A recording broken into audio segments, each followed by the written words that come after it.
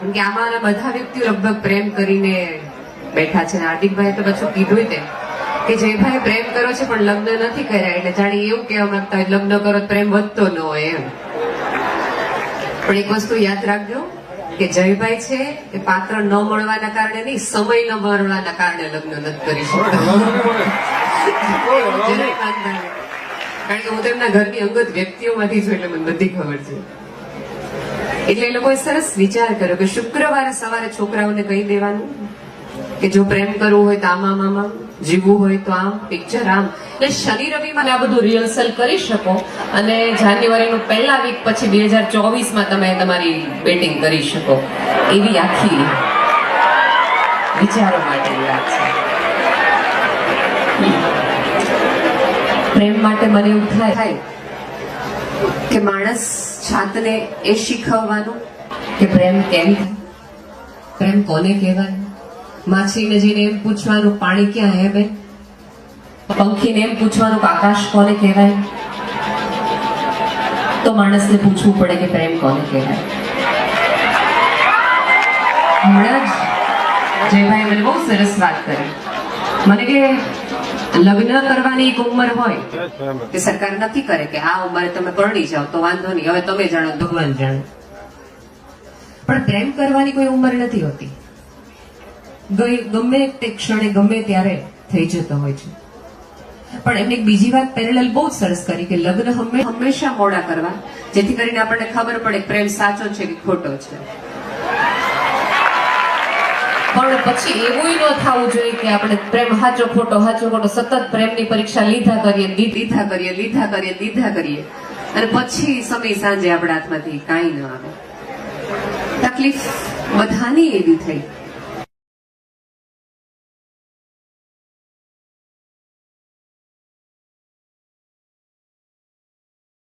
મળે છે કે ત્યાં પહોંચાઈ જાય છે એના કરતા પણ વધુ મહત્વનું એ છે કે તમે પ્રેમમાં હો છો ત્યારે જ મજામાં આવો છો.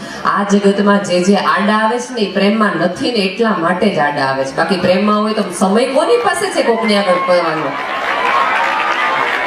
તમે જો વિના કારણે ઓલું ખરેખર જે લોકો એવું કહે છે કાંઈ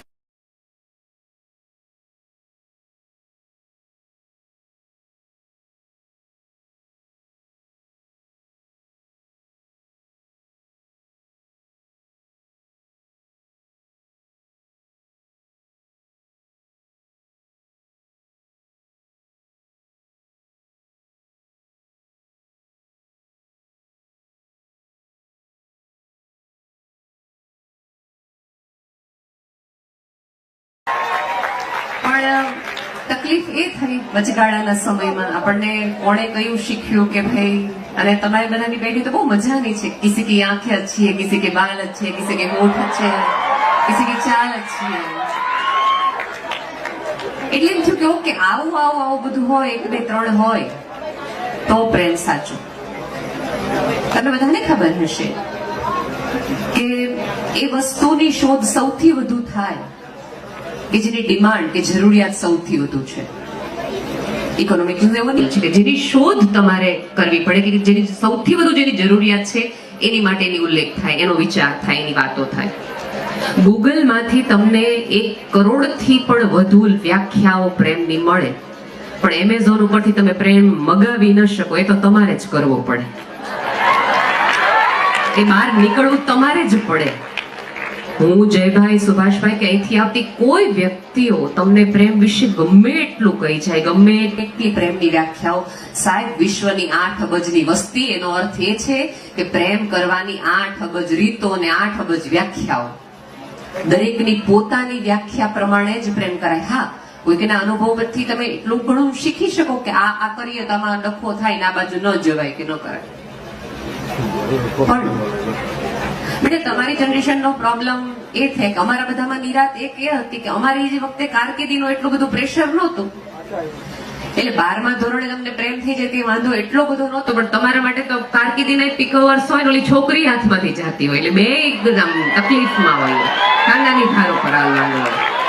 અને પાછું જેની માટે તમે કારકિર્દીને જતી કરી હોય એ છોકરી 3 વર્ષ પછી એમ કે ના અમને તો ડોક્ટર એન્જિનિયર હોય તો ચાલે. એટલે બે બાજુથી આપણે જઈએ. પણ અંગત રીતે ઓલી આંખ નાક કાન વાળા દરેક વિદ્યાર્થી મિત્રોને કે યંગસ્ટરને દરેકને, આમ તો યંગસ્ટરની પ્રેમ કરવાની કોઈ ઉંમર જ નથી હોતી, પ્રેમમાં પડશો તો આજીવન યંગ રહેશો, એવી સાદી આપણી તો વ્યાખ્યા છે. એટલે મિત્રો, દેખાવના આધારે જો પ્રેમમાં પડ્યા કે પ્રેમ કરવાનું વિચારતા હોય તો ભારે ભૂલ ભરેલું છે. કારણ કે તો દીપિકાનું કોઈ દિવસ બ્રેકઅપ ન થવું જોઈએ અને સલમાન ખાન ક્યારનો પરણી જવું જોઈએ. આ બેના આધારે જો પ્રેમ ટકતો હોત કે રહી જતો હોત તો કોઈને તકલીફ જ નહોત. એની બદલે સાવ તમે જુઓ અને સત્તાના આધારે મળી જતો હોત તોય વાંધો ન આવે. આ એક જ વસ્તુ એવી છે. અત્યારે જયભાઈ વિશે કેટલું બધું કહેવાનું, તો દરેક આમાંના કેટલા વિદ્યાર્થીઓને એવું થાય કે જયભાઈ જેવું કરી નાખીએ, જયભાઈ જેવી મર્સિડીઝ આપણે લઈ લઈએ, જયભાઈ જેવી મર્સિડીઝ તમે ખરીદી શકો, જયભાઈ જેવું બ્રાન્ડેડ જેકેટ તમે ખરીદી શકો, શૂઝ ખરીદી શકો, પણ જયભાઈની બુદ્ધિ માટે તો તમારે જયભાઈ જેટલી જ મહેનત કરવી પડે. પ્રેમ એવું જ છે, તમે ખરીદી નહીં શકો, મેળવી નહીં શકો, છીનવી નહીં શકો, જેટલો કરશો ને એટલો મેળવશો. આમાં એક જ વસ્તુને એક જ રસ્તો છે કે દીધો ને તો મળશે. પણ આજે જે તમારી માટે નસ કાપી છે ને, કેટલી તમારી નસ કાપશે. આજે જેને તમારો પ્રેમ મેળવવા માટે પોતાના શરીરને ઈજા પહોંચાડી છે એ જ વ્યક્તિ આવતા દિવસોમાં તમારા શરીરને ઈજા પહોંચાડશે.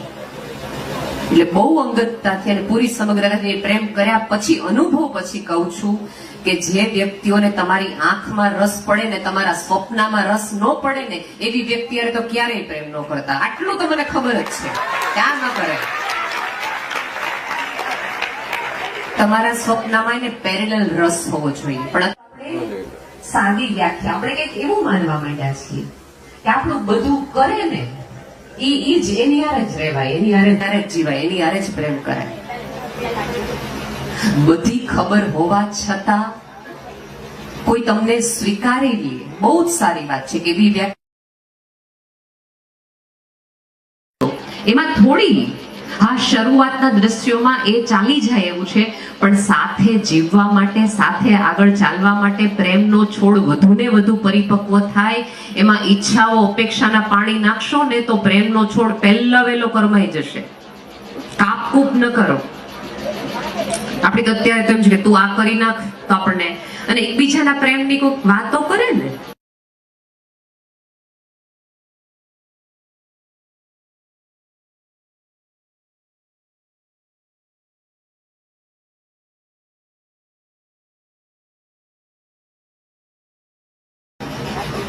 આટલી નાની નાની વ્યાખ્યાઓથી જીવનના પ્રેમો નો નક્કી થાય બેટા. બહુ વિશાળ છે, આ જીવનનું અમૃત છે. જેની માટે જે જોવાનું છે ને એ જોવો, જે નથી દેખાતું ને એ જોવો ક્યારેક. આ તો બહુ ઈઝી વસ્તુ છે કે તું બ્લુ શર્ટ ના પાડને, હું ન પહેરું, તું આની યારે ન બોલ. એની બદલે કશું કરી દેખાડવાનું આવે ત્યારે તમે કરી દેખાડો તો સાચા. તમે એકબીજા માટે જીવવાનું શરૂ કરો ત્યારે તમે સાચા. એકબીજાના સપનાઓ પૂરી કરવા માટે જીવો તો સાચા. વેલેન્ટાઇન ડે ના દિવસે ચોકલેટ, ફૂલ આપો, ગુલાબ આપો, બધું આપો, ના નથી. તમારી ઉંમર છે, આ પ્રેમની અભિવ્યક્તિનું આ સ્વરૂપ છે. પણ એ છોકરાને કે છોકરીને કોઈક સ્પર્ધાત્મક પરીક્ષાની તૈયારી કરવી હોય તો તમે એની માટે નોટ બનાવી દો ને, એ મારી માટે તો વેલેન્ટાઇન ડે ના કાર્ડ જેટલું જ મહત્વનું છે.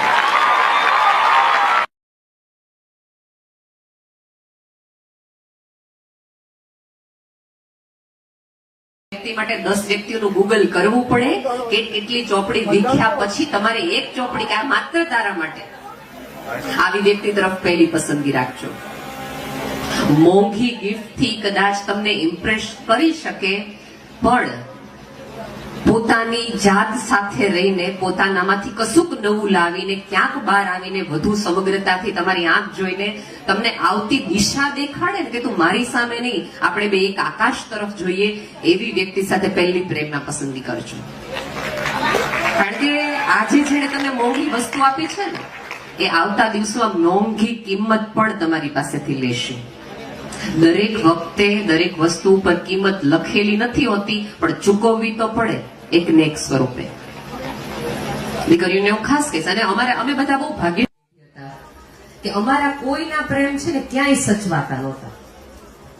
પ્રેમ અમારી પેઢીએ કર્યો તો, ગઈકાલની પેઢીએ કર્યો તો, તમારી પેઢીએ કર્યો તો, તમારા પછીની પેઢી પણ પ્રેમ કરશે. પણ અમારા બધા પ્રેમની પાછળ કેટલી નિરાત હતી કે અમારે લિખિત ન લખતું અને એક સંબંધ પૂરો થાય એટલે ઓલમોસ્ટ એ પત્રો સળગી જતા હતા. પણ તમારા બધાનો પ્રેમ એક ક્લાઉડમાં સચવાય છે અકબર. એટલે આવતા દિવસોમાં તમારે તમામ પ્રેમનો તમારે જવાબને પુરાવા આપવા પડે છે.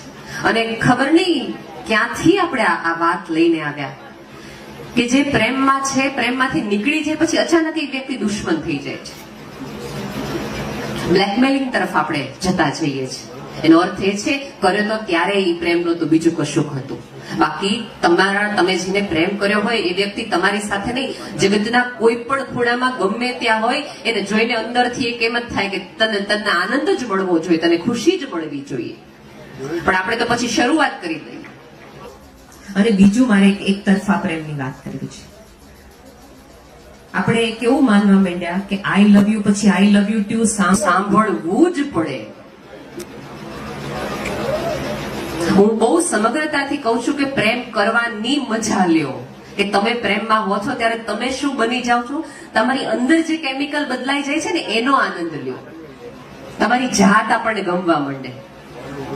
પણ આપણે તો સામેવાળાને તરત એમ કે નહીં હે ને આઈ લવ યુ ટુ કેવું જ પડે, હાલે હે નહીં. પ્રેમ છે એ સમગ્ર હાનો સ્વીકાર નથી, સામેવાળી વ્યક્તિની નાનો સ્વીકાર છે ને, ઓલ યસ નહીં, એના તરફથી આવતી નો નો પણ સ્વીકાર એ પ્રેમની જ નિશાની છે.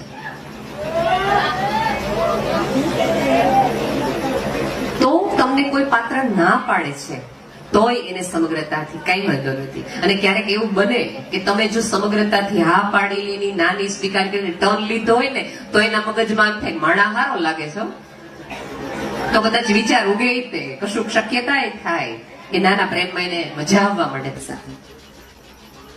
પણ અત્યારે આપણે બધાને એક ઓલી તકલીફ થઈ ગઈ છે. એક કૂતરો હતો, એમાં આવેલું સરસ મજાનું અરીસાઓનું એક્ઝિબિશન હતું. અને એક્ઝિબિશનમાં ચડી ચડે છે, પુરાઈ જાય છે અંદર, અને જ્યાં જોવો ને એકલા પોતાનું પ્રતિબિંબ દેખાય.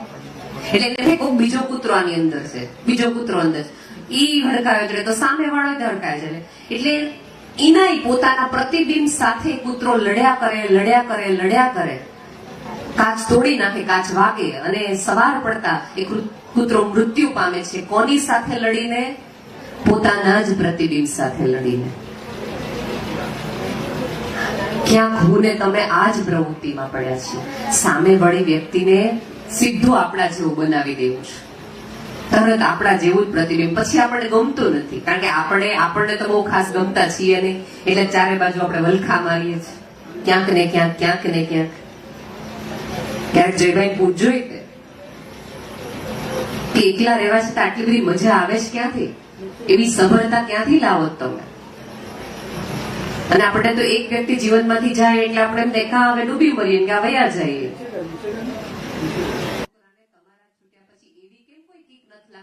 જોઈ લેજે, હું આઈપીએસ ઓફિસર થઈ દેખાડીશ, હું કારકિર્દી મોટી બનાવીશ. હંમેશા નેગેટિવ વિચાર જ આવે, ભટકાડી દેવાના વિચાર આવે, મરી જવાના જ વિચાર આવે. કીક વાગી હોય, કોઈકના છોડ્યાનો ઘાવ લાગ્યો તો ઉડો ને ક્યાંક. રાધર ઓલી છોકરીને રોજે રોજ અફસોસ થાવ છે કે આને ક્યાં ના પડી. પણ આપણે તો રાધર આપણે પુરવાર કરીએ છીએ કે છોકરી વિચારે છે ખારું થયું આને તમે ના પાડી. છૂટા પડ્યા પછી જીવાય એવું કે જ્યારે જે લોકોએ આપણને બ્લોક કર્યા હોય ને એ લોકો આપણને ગૂગલમાં ગોતે કામણા છે ક્યાં, આની વાતો આટલી આગળ આવે.